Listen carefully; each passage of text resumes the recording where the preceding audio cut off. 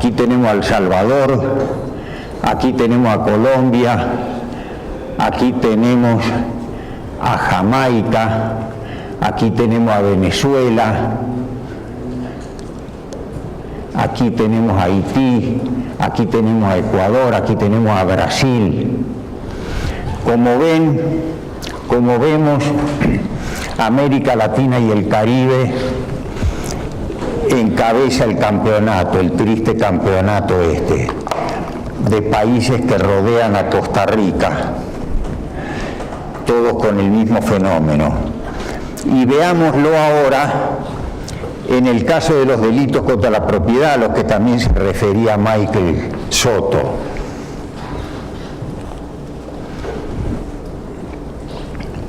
Coeficiente de Gini que va marcando la inequidad de la distribución y tasas de los delitos contra la propiedad.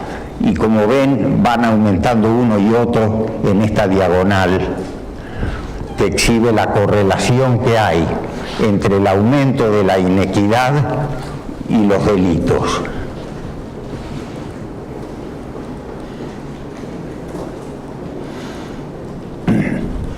Bueno, voy muy rápido a pasar por el tiempo.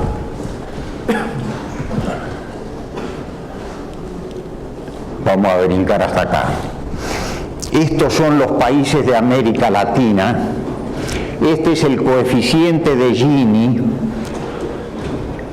que mide la inequidad de la distribución en los países de América Latina. Estos son los países de Asia.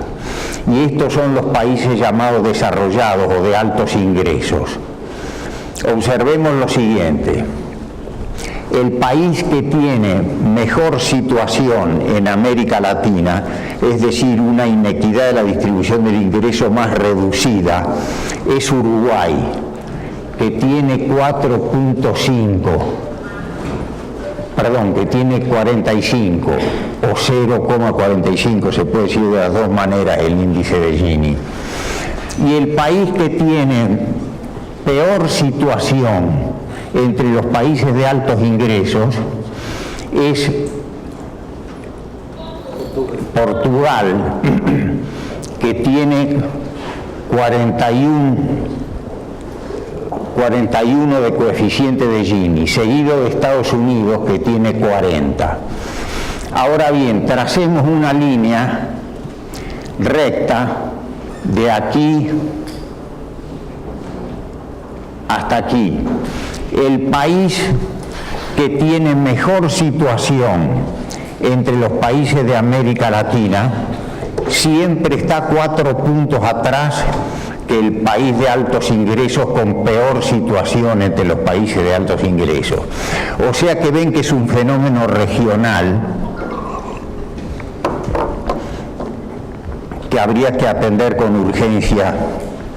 Bueno, sobre este fenómeno nos podríamos detener mucho más porque hay mucha información, pero vamos a brincar nuevamente por su importancia a la correlación entre la inequidad de la distribución del ingreso y las tasas de homicidio que vimos recién, y la correlación entre la inequidad de la distribución del ingreso y la educación que nos exhiben UNICEF y UNESCO y también CEPAL, la correlación que existe, y nos señala periódicamente, siempre con preocupación, UNICEF, el alto porcentaje de los menores de edad que desertan y que no terminan la primaria y la secundaria. Pues bien, la criminología ha verificado la correlación. Más ocio, definido como tiempo fuera de la escuela, igual a más criminalidad. Esto lo medimos con el ILANUD en una investigación que se realizó en los 19 países de América Latina, más España e Italia.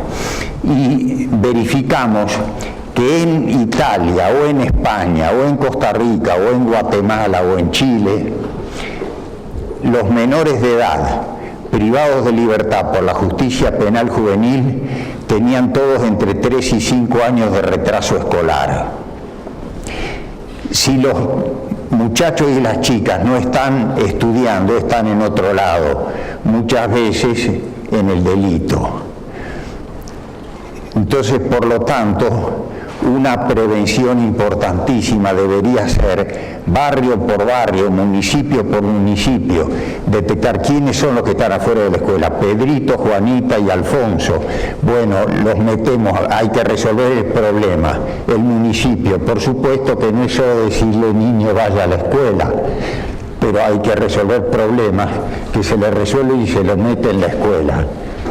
Eso traería una base de población muy importante para el desarrollo, además de reducir el delito.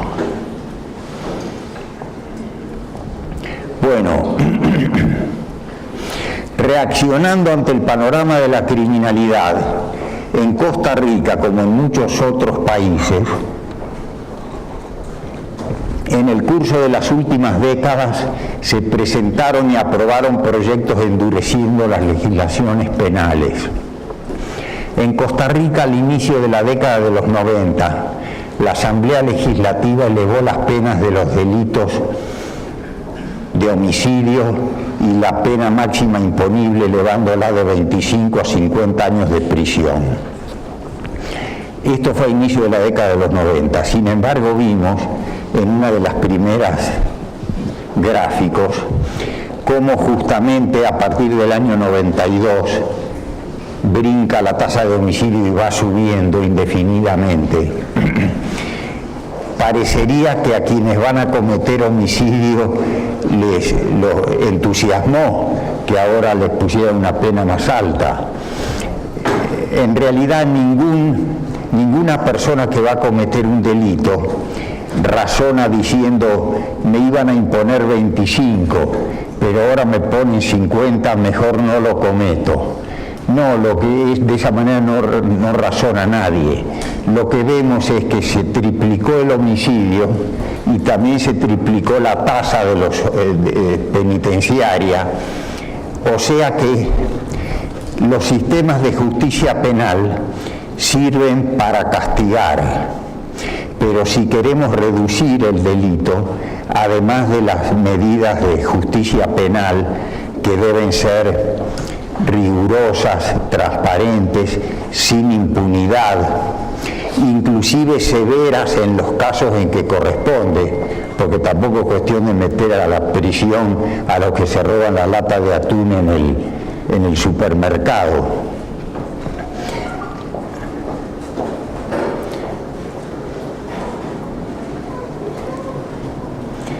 Desde el ILANUD consideramos entonces que la política criminológica deberá ser integral, no solamente penal. Consideramos que una política integral de prevención del delito y justicia penal para Costa Rica y para los países de América Latina y el Caribe en general debería contener determinados lineamientos. 1. Dosis prudentes de justicia penal de excelencia, restaurativa o severa según corresponda, realmente justa, rápida, transparente y distribuida sin impunidad. Esto implica la adecuada distribución de los recursos humanos y materiales según prioridades, atendiendo a la realidad del país.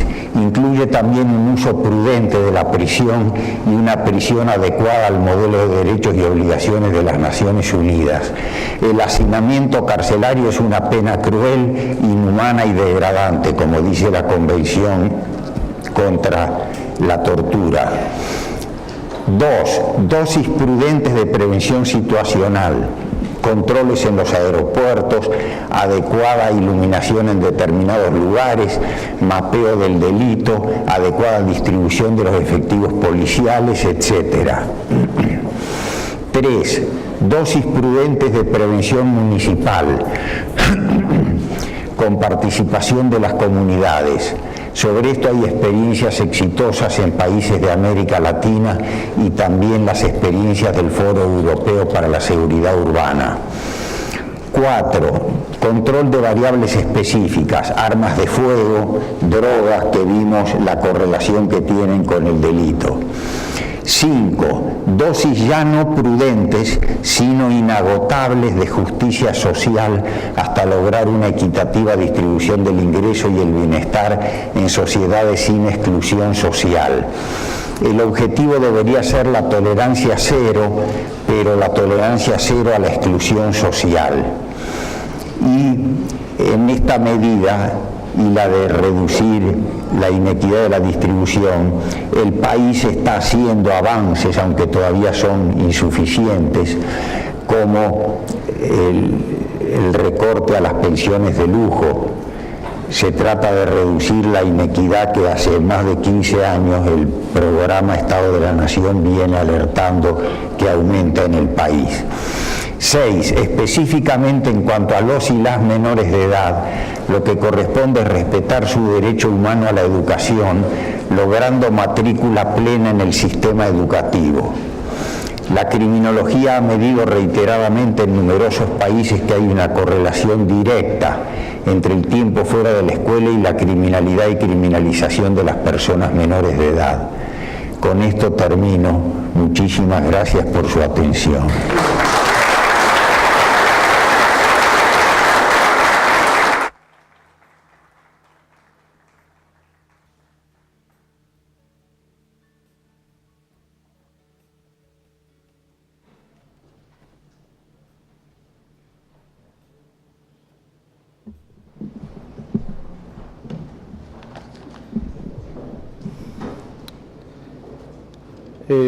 Bueno, hemos escuchado la disertación de don Elías Carranza, director del ILANUD.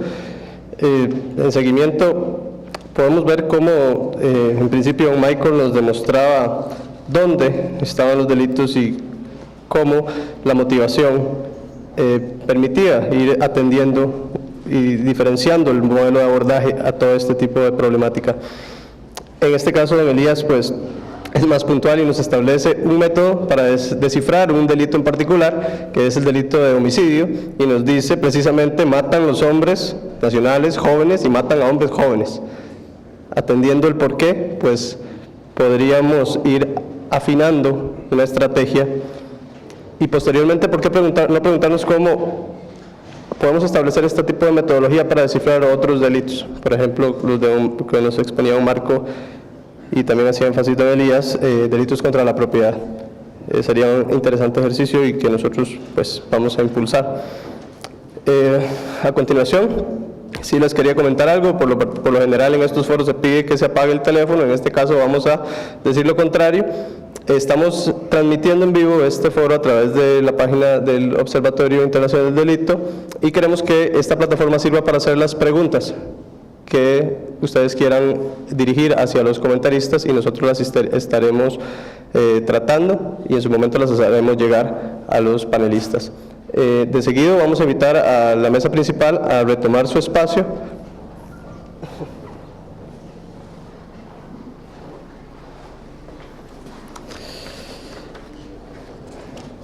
A continuación vamos a escuchar al ex magistrado señor José Manuel Arroyo Gutiérrez. Don José Manuel Arroyo es magíster en Ciencias Penales por la Universidad de Costa Rica, profesor con grado académico de catedrático en la Universidad de Costa Rica, comisionado titular ante la Comisión Iberoamericana de Ética Judicial, agente del Estado costarricense ante la Corte Interamericana de Derechos Humanos, juez penal y ex magistrado de la Corte Suprema de Justicia de Costa Rica y corredactor del Código Procesal Penal, entre otras leyes.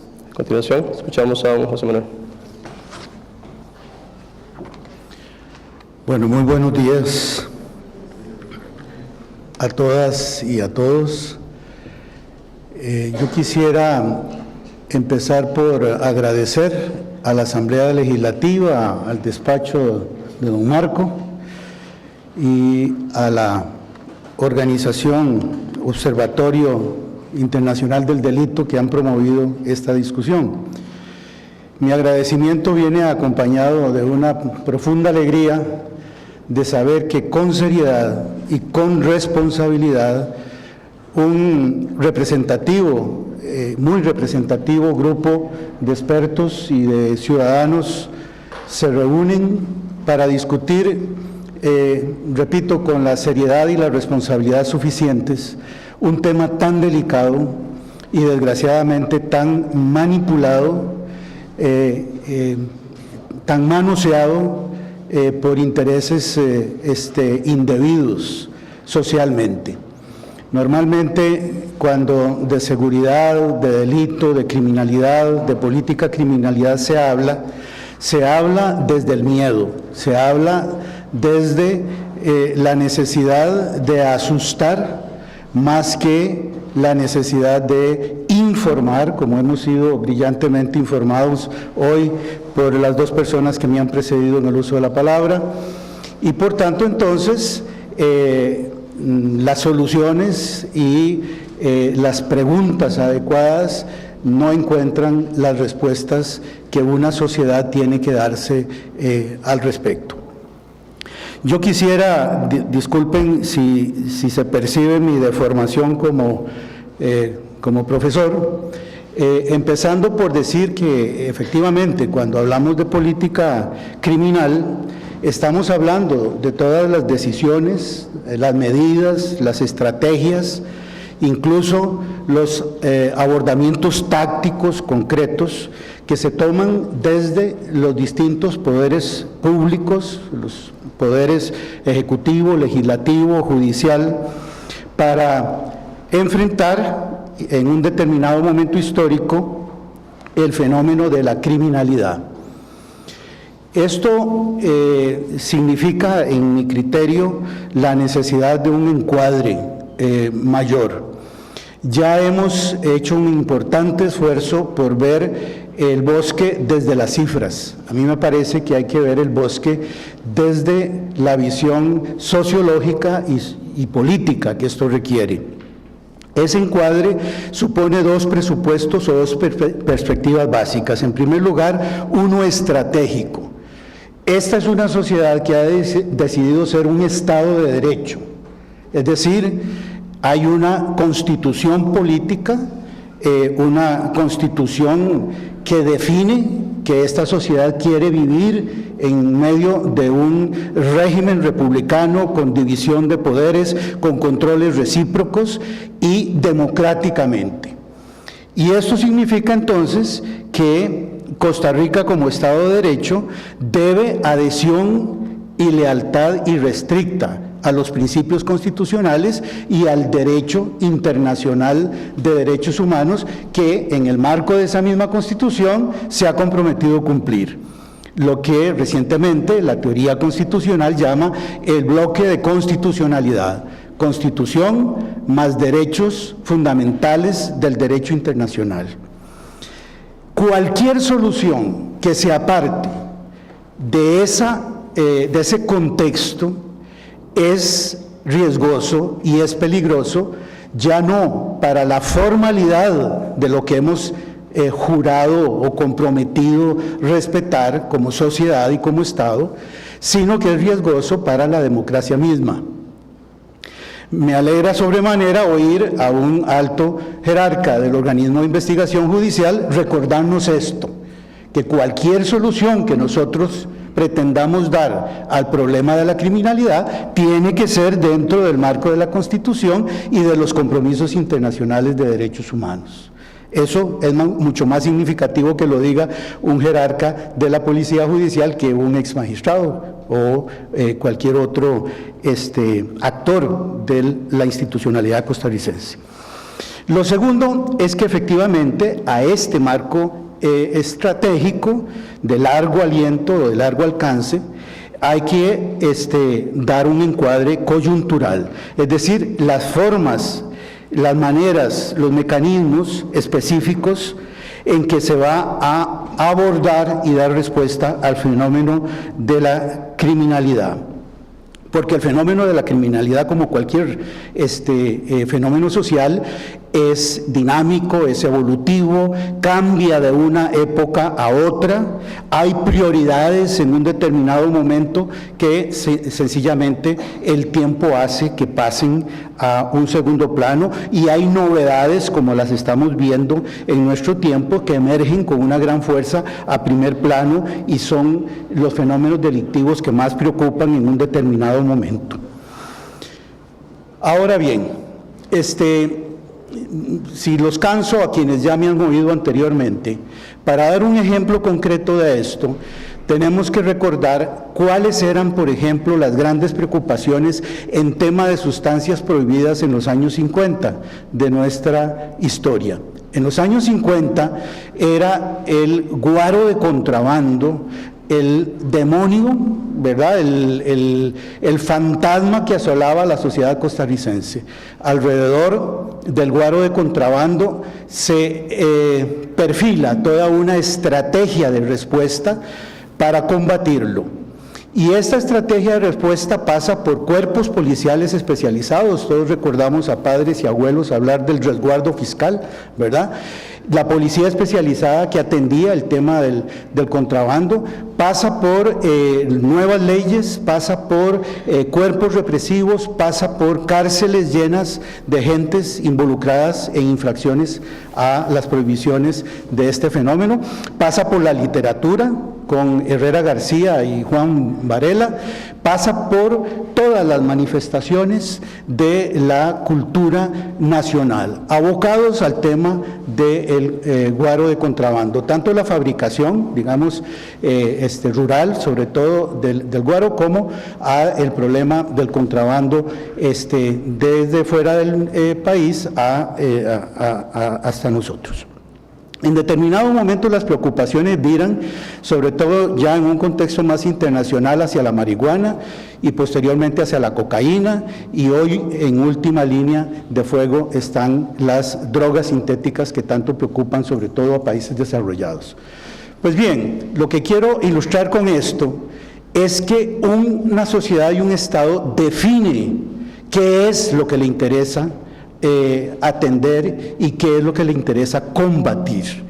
En los años 50 fue el guaro de contrabando, hoy son drogas más sofisticadas, pero es una decisión política de los órganos que definen las políticas criminales las que deciden qué es lo que hay que combatir y por qué es lo que hay que convertir en delito inaceptable y por qué.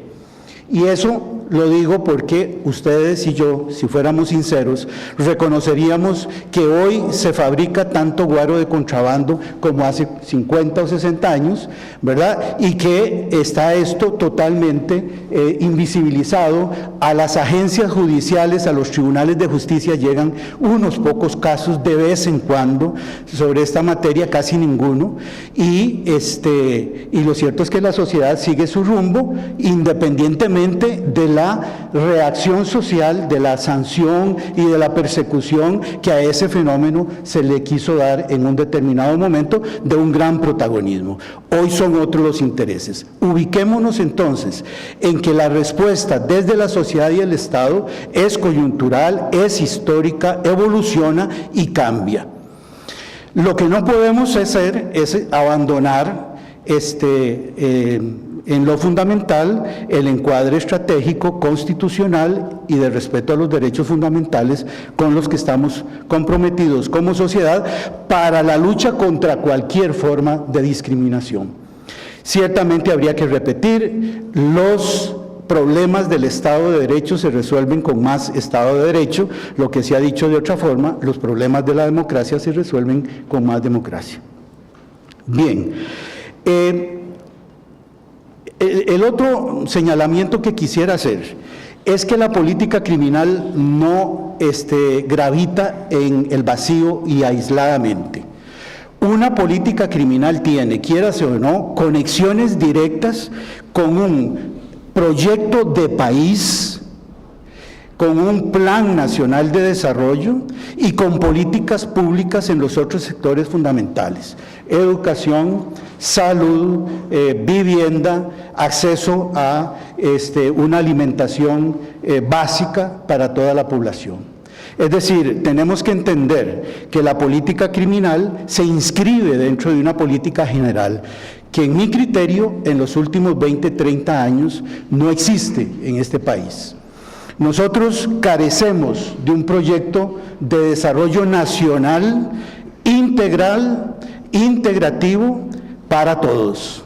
Hace rato que esta sociedad está cada quien pensando en sus propios intereses y hemos dejado de pensar en conjunto como país. De manera entonces que sería espurio una estrategia de combate a la criminalidad sin integrarla dentro de un proyecto general de propuesta nacional de desarrollo. Vean ustedes cómo se refleja esto en la práctica. Ustedes pueden leerse todos los planes de gobierno que los partidos políticos proponen. Ausencia absoluta de un capítulo de justicia y de un capítulo de estrategia de justicia en materia general y en materia específica de criminalidad. Ustedes van, una vez inaugurado el nuevo gobierno, al planteamiento del plan de gobierno del cuatrienio correspondiente, ausencia absoluta de un capítulo de justicia y de un capítulo específico en materia de política criminal, por ejemplo. No lo hay, no son parte de los intereses. El tema de la justicia es un problema del ministro de Seguridad, del ministro de Justicia, de la Corte Suprema de Justicia, de la policía y de los fiscales, ¿verdad? Como si fueran mundos aparte. Y eso, obviamente, creo yo que es la debilidad estratégica más grave que existe en estos momentos. Por otra parte, esa, digamos, etapa de los últimos 2 décadas ha sido, por decirlo de alguna manera, dominada por un modelo económico-social hegemónico que ha generado la inequidad que ya don Elías nos ha mostrado. No es poca cosa que en menos de 20 años Costa Rica haya empeorado 1/10, entre 0 y 1, hemos empeorado en 1/10, hemos pasado del 4 al 5 en materia de deterioro de la distribución de la riqueza en este país. Es decir, vivimos en una sociedad aceleradamente concentradora de la riqueza en menos manos. Y esa es una cuestión que se refleja no solo en homicidios, sino en delitos generales. ¿A quién metemos a la cárcel? ¿Verdad? A esos jóvenes sin escuela, sin oportunidades laborales, violentos, captados por las organizaciones criminales en el peor de los casos, o vagando en las calles en la delincuencia común. Pienso entonces que la ausencia de un proyecto nacional de desarrollo coherente, inclusivo, integral, es urgente para incorporar en esa propuesta una política democrática contra la criminalidad o la delincuencia.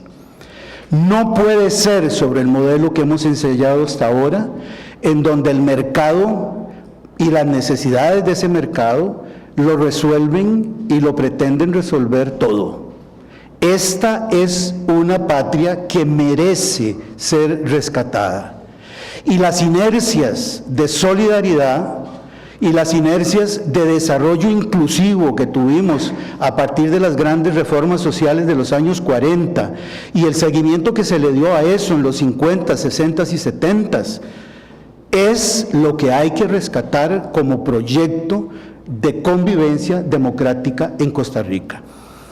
Nosotros hoy hemos visto indicadores feos, negativos, de riesgo, pero Costa Rica sigue teniendo indicadores comparativamente ventajosos, positivos, importantes, sobre todo cuando nos comparamos con la región, pero incluso cuando nos comparamos más allá de esa región. Mortalidad infantil, desnutrición, acceso a la escuela pública, en fin, todavía conservamos recursos y virtudes muy importantes que hay que ver cómo las reencauzamos. Esas políticas públicas,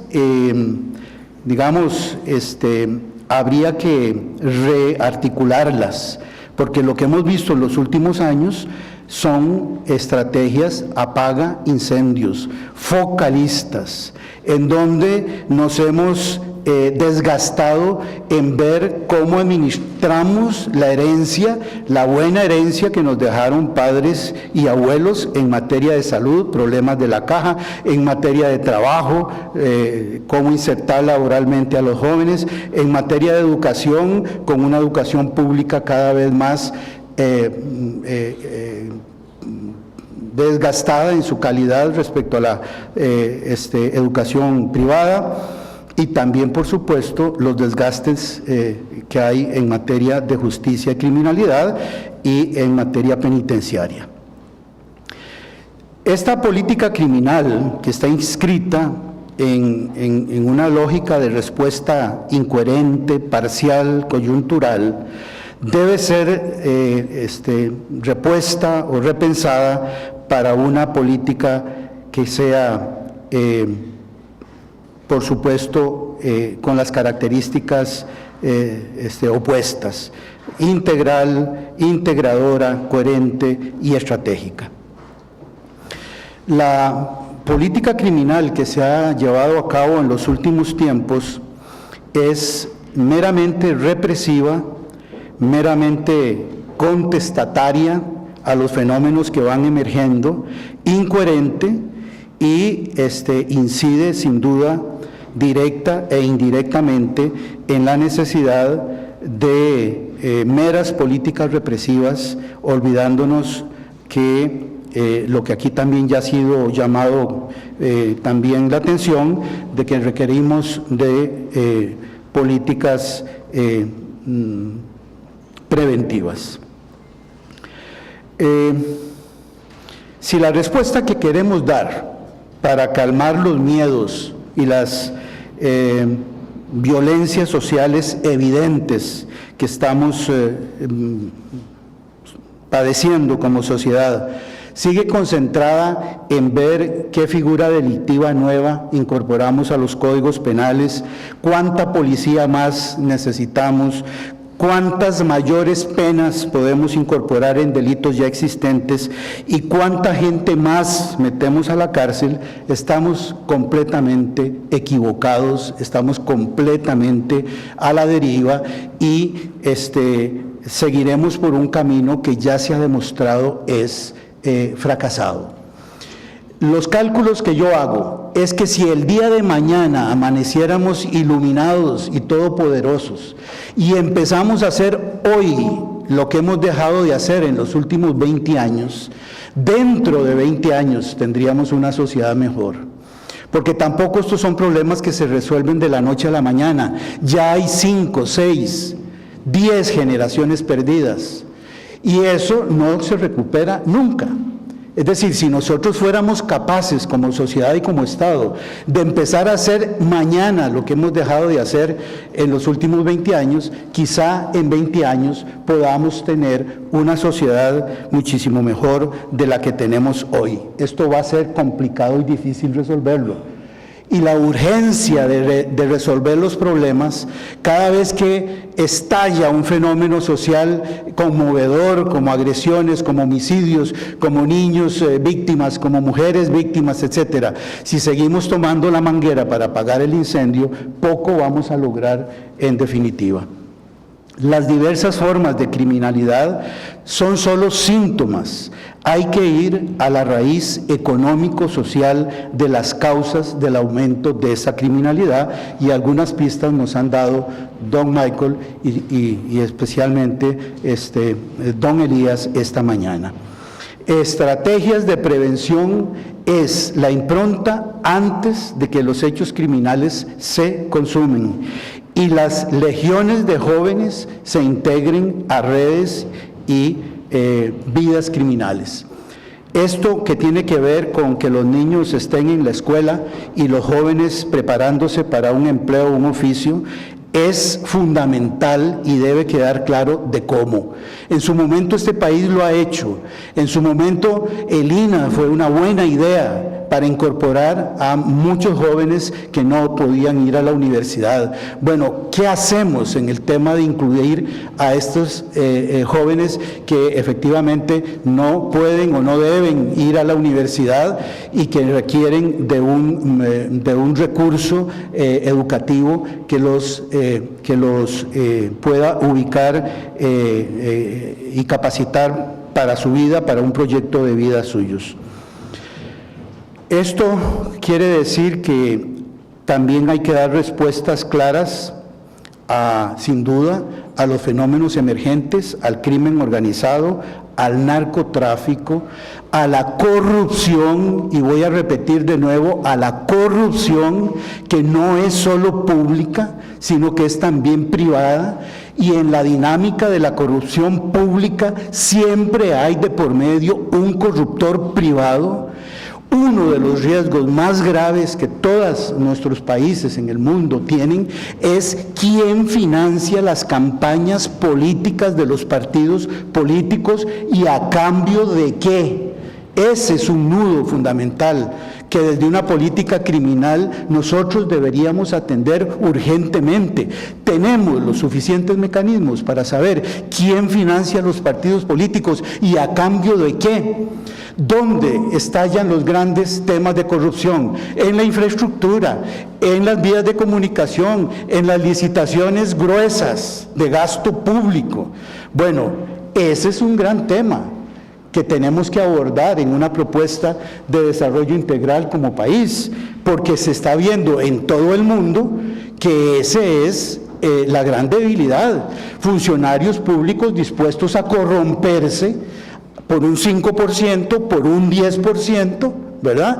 Y financistas o financiadores de campañas políticas que luego pasan la factura, y eso no está muy claro. Uno vislumbra que en este país se blanquea dinero y a gran escala, pero tenemos muy poca información al respecto. Es decir, uno sabe que en este país hay desarrollos de construcción también, o hay moles, o hay una serie de actividades cuya pregunta el ciudadano simplemente se hace desde su ignorancia: ¿esto de dónde sale? ¿De dónde sale este dinero? No estamos como Panamá, que en 10 años parece Manhattan, ¿verdad? Igual en Panamá podríamos preguntarnos, ¿de dónde salió esta Manhattan en 10 años? Bueno, muy probablemente del blanqueo de dineros. Y ese es otro fenómeno que nosotros tenemos que vislumbrar. Para el narcomenudeo, para los jóvenes reclutados por las organizaciones barriales para distribuir droga, para salir de la escuela y tener los recursos que nunca de otra manera van a tener. Otra estrategia completamente distinta de atención, de rescatarlos de esas redes, de darles oportunidad de escuela y de darles oportunidad de oficio. No puede ser que tengamos las mismas estrategias de cárcel para los grandes narcotraficantes y las mismas estrategias de cárcel para los jóvenes abandonados por la sociedad y el Estado. Esto es una diferenciación que nosotros también tenemos que tener muy clara si queremos, dentro de 20 años, tener una sociedad distinta a la que tenemos hoy. Con el permiso de los que más saben y de las personas que pacientemente me han escuchado, estas son las cosas que quería compartir con ustedes esta mañana. Muchas gracias.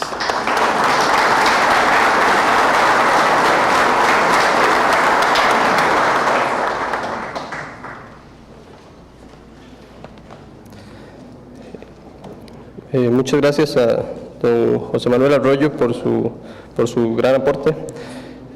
Don José Manuel, bueno, nos inició hablando de un tema que es estratégico en la atención al fenómeno criminal, y es el miedo. Eso es una barrera de comunicación realmente que nos ha impedido poder desarrollar adecuadamente esos abordajes, y se vuelve prioridad desmitificar todo este proceso de promoción del miedo, ¿verdad? Nunca se construyó y el Estado desatendió por mucho tiempo el mercado de la seguridad. Se transformó, se construyó un mercado de la seguridad, y que quedó a la libre por mucho tiempo y es necesario en algún punto debatir al respecto. Muy importante, ¿verdad? La visión país que tenemos dentro de nuestro modelo de desarrollo y que atienda precisamente el que sepa quiénes somos y qué queremos ser, ¿verdad? Como Estado, y que trascienda esa visión a través de los diferentes periodos de gobierno, que no sea un tema político de turno y que pueda inscribirse o circunscribirse dentro de los planes de gobierno. Habría que poder debatir en algún momento oportunamente sobre las propuestas de gobierno y en aspectos relacionados con la seguridad y la prevención. De seguido, pasaremos a escuchar la disertación del ex magistrado Álvaro Fernández Silva. Don Álvaro es graduado de la Universidad de Costa Rica desde 1969, es abogado y notario, incorporado al Colegio de Abogados y Abogadas de Costa Rica, es especialista en ciencias administrativas, tiene un posgrado de la Universidad de Roma en Italia, funcionario judicial durante más de 30 años, desempeñó los cargos de alcalde judicial de lo civil, juez contencioso administrativo y civil de Hacienda, magistrado de la Sala Segunda de la Corte Suprema de Justicia, funcionario actualmente jubilado, abogado litigante con más de 25 años de experiencia, profesor universitario de la Universidad de Costa Rica, Derecho Público General, Derecho Procedimental Administrativo y Derecho Procesal Contencioso Administrativo. Además, también Derecho Administrativo 1 y 2 de la UACA. Don Álvaro. Muchas gracias. Yo vine aquí sin saber a qué venía. Criminalidad, derecho penal. Qué raro, si yo soy un estudioso del derecho administrativo. Dije yo, debe ser por tanta corrupción que hay ahora en el poder público, en las licitaciones. Yo tuve un caso de un cliente, cuando no estuve en el Poder Judicial, boliviano, hombre de mucha capacidad económica, que vino aquí a una licitación del ICE para traer de Arenal a Barranca las líneas eléctricas del caso. Tenía una experiencia enorme en los Andes, en la Amazonía, pero aquí en el ICE ganó la licitación y le dijeron que tenía que dar un 20% del ingreso. Yo inmediatamente me fui, hablé con un directivo del ICE, me dice, mira, no se puede hacer nada, como nosotros hacemos los planos y hacemos una actividad previa, es una costumbre en el ICE que se dé un reconocimiento por aquel que resulte adjudicatario. El señor boliviano se retiró de Costa Rica diciendo, yo no pago un 5 de corrupción. Se ve que no era como el brasileño aquel que está de moda, ¿verdad? Pero es cierto, esto fue una realidad y esto sigue siendo así. Cuando me llamaron yo creí que se iba a hablar del debido proceso en las actividades administrativas, del derecho sancionador que empieza con la simple jaladita de orejas, que va con la suspensión X días, que llega a la destitución previo debido proceso, que está en el artículo 39 de la Constitución Política. Se lo recuerdo porque siempre es bonito leer a la norma madre que nos regula. Dice, a nadie se hará sufrir pena, sino por delito, cuasi delito o falta, sancionados por ley anterior y en virtud de sentencia firme dictada por autoridad competente, previa oportunidad concedida al indiciado para ejercitar su defensa y mediante la necesaria demostración de culpabilidad.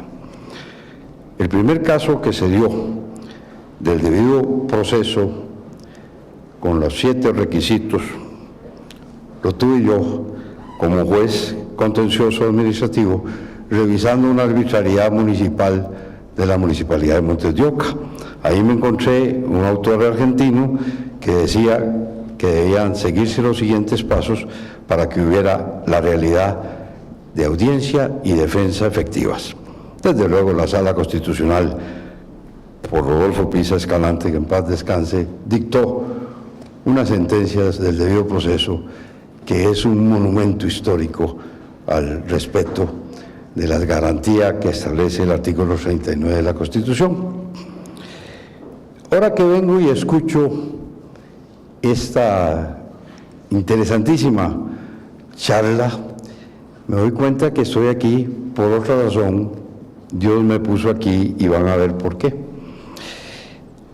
Costarricense de pura cepa, nacido un 15 de septiembre, es decir, los desfiles se hacen por mi cumpleaños, así me lo dijeron, como San Nicolás. Hasta los 5 años me di cuenta que era mentira, pero bueno. En todo caso, estudioso, alumno de honor en el colegio seminario con los curas alemanes que nos pegaban, autorizados por los papás, nos hacían poner las manos así y nos daban un reglazo, mentada de madre, pero los padres, algunos no hablaban todavía español y no lo entendían. Entonces, buenas notas, excepto cuando me puse noviero a 16 años, ese año bajé, pero ya después volví a subir. Alumno de honor de la Universidad de Costa Rica, decano de la facultad por el ser el mejor estudiante durante los 5 años, un costarricense que ama la patria, que la patria le ha respondido, la patria le ha dado las posibilidades de educación, con un papá que fue electo magistrado sin tener los 35 años, porque le salvó la vida a Otilio Late y a Mario Echandi cuando llegaron a matarlos a la casa del doctor Valverde Vega, y papá los sacó por detrás con López Roy, cuñado de Mario Echandi y jefe de la policía de Calderón en ese momento, ese hidalgo de Picao en realidad. Papá lo hicieron magistrado, tuve cona de oro, como me ha dicho una de mis esposas, dice: es que usted no ha cogido café nunca, no lo ha picado una hormiga bala ni nada, usted no sabe lo que es sufrir, usted ha estado chineado en cuna de oro.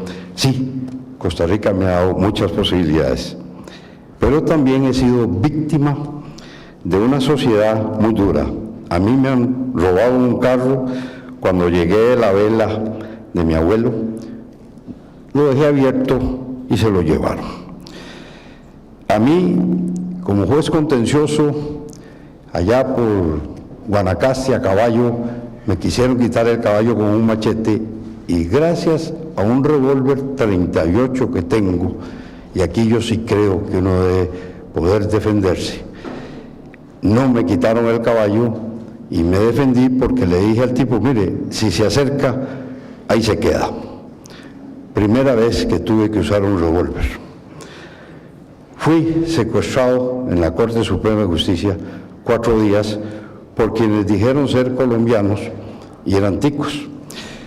Me amarraron de primero, me pusieron esparadrapo en la boca, aún así pude evitar que Arguedas y un muchacho entraran.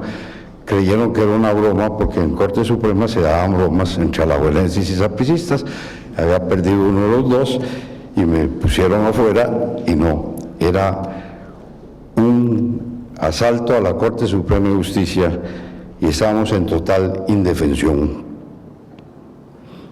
Tuve la oportunidad de coger un arma, pero yo solo manejo revólver.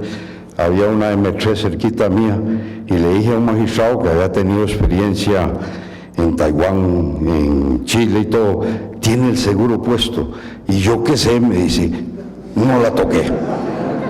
No la toqué. Cuando nos iban a ametrallar, porque llamaron al cabecilla, la novia, que era funcionaria judicial, le dijo: bueno, aquí los voy a rociar de balas. Le dije a Zarela, que había sido mi alumna, y a Ana Virginia Calzada: vea, ustedes tienen chiquitos, tírense en ese montón de miaos que hay ahí, porque nos habían puesto un tarrito y el tarrito se había sobrepasado en liquidez. Tírense y yo me les tiro encima para proteger la vida. Nunca hubo disparos, por dicha. Las cajitas que dijeron que eran explosivos eran cajitas con una lucecita de una pilita. Bueno, unos de ellos salieron y montaron empresa de seguridad muy cerca de la casa y de la oficina de Ana Virginia Calzada. Es una Costa Rica muy interesante. Un día estaba yo durmiendo en la casa de mi hermano en Barrio México, frente a la conferencia episcopal, y entraron a robarse un Mercedes que había traído mi hermano, que está en el cielo, como embajador en Nicaragua, y me cerraron a balazos 2 tipos que entraron a robarse el carro. Yo con mis 38 disparé. Aparecieron 9 casquillos de 9 milímetros, con lo que me dieron plomo por todos lados, pero no me veían. Yo estaba tirado en el suelo en el segundo piso.